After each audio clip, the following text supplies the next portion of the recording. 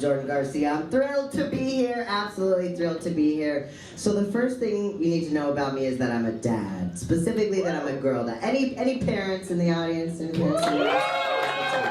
Okay, well the thing you have to know about me is that my dad gifted me and my sisters all of his confidence. So let me paint a picture for you. Imagine that I'm 5 years old and I'm like sneaking over here to the corner of the front lawn and I get down really low and I just shat. I just shat on the lawn. Now imagine that my dad, okay, this very charismatic, tall Irish man, he has really big hands, like swinging. He swings his big hands over to me, puts his hands on my shoulders and he says, "That is the best shit I've ever seen!" Like gold, glistening and stuff. So this is what me and my siblings got when we were growing up. So we also, you might not be able to tell by looking at me, but I grew up in a house full of estrogen, and so my older sister was the epitome of femininity, okay? Now, she could sing, she could dance, she was beautiful, blah, blah, blah. I used to call her the Latina Jessica Simpson. Do you guys remember, any millennials in the audience? Do you remember that great confusion, chicken of the sea? Chicken of the sea tuna. So that was my first example of femininity. Don't worry, she went on to get her PhD. My mom required us to be brilliant and beautiful, so she's fine. My younger sister, she used to watch hours of YouTube videos to relax on makeup, on how to do your makeup. And so from a very early age, she could paint her face for the gods. And there I was, like a tomboy just struggling with mascara. And, you know, to my sister's credit, you know, she's a medical doctor now and finishing her residency, and I'm a comedian.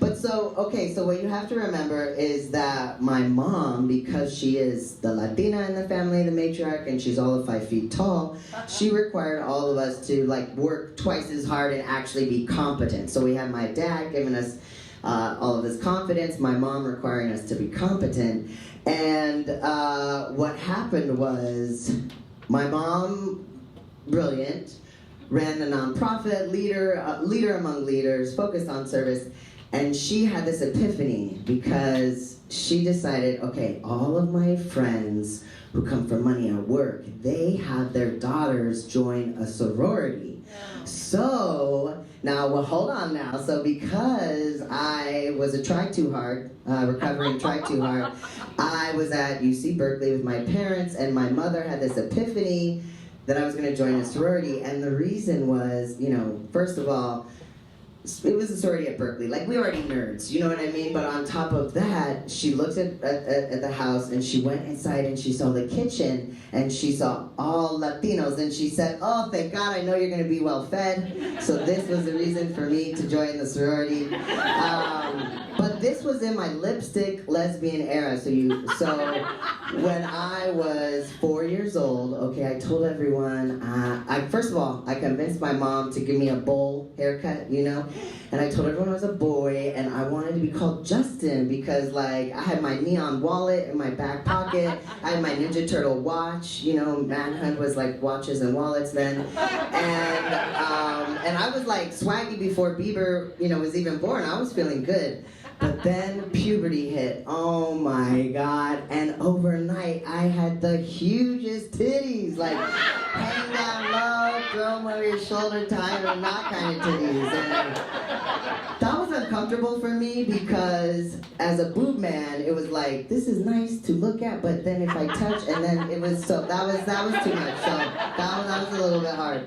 But in my lipstick lesbian era, where I literally like had the lipstick, the long black hair, and obviously these were working for me, and I, bless my heart, I really was like trying so hard that I was wearing the stilettos and walking around in them, but you know, people used to tell me in this era that I looked like Sandra Bullock, okay, because I got it from my mama and my daddy, and I don't think that I walked that well in those heels. I think there were signs. I think there were a few signs that I was probably trying too hard. But the best part is that after I had, achieved this career success and I was feeling more comfortable in myself, I moved to the Midwest.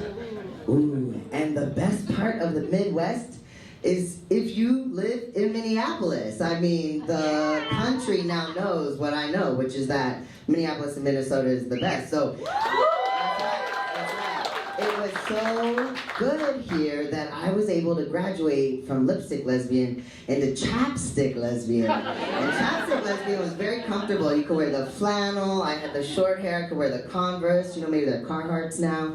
And that was a very comfortable time. And it was really my favorite because you have to remember when I was a kid growing up and my parents would have people over for dinners or parties or whatever, early in the night my father would say, "Gentlemen, join me on the veranda.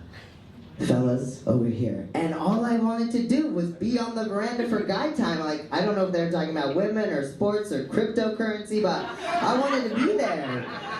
And I couldn't, right? And so when I graduated from like chapstick lesbian, where I was giving a little bit more Rachel Maddow, which was kind of nice because my mom always told me I could be a news anchor. So I was giving Rachel Maddow. But once I graduated all the way into butch lesbian and I was really feeling myself, I could talk, because you straight cis heteros, you love dividing and segregating by gender. The boys over here, the girls over here. But when I was a butch lesbian, I got to be in either space, and that was the best. But do you guys remember how good we had it with Barry and Sleepy Joe Biden? Like, oh my God, those times were good. Joe made it so good that all of the non-binary and queer and trans people, like, we could not only medically transition, but like socially transition as well. And I just remember at the time, I was like, basically we were on the Zooms in the pandemic, and I'm sitting and I'm like, wait a second, overnight the trans people have the pronouns in the Zoom boxes, and I'm over here still struggling to be a lesbian, and they've like leapfrogged me into better status. And also, why do I love their flag, and why do pink and teal just call to me? And so, the signs were there, and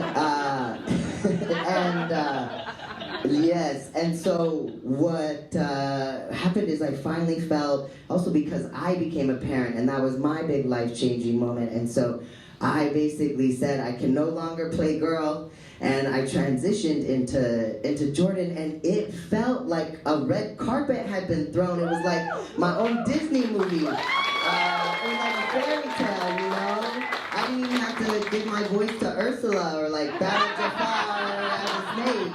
And so I'll leave you with this, which is that today is Trans Day of Visibility. And so I do want to thank Minneapolis, Minnesota for being the place where I got to actualize and just encourage all of us to be allies for one another whenever we can. So thank you.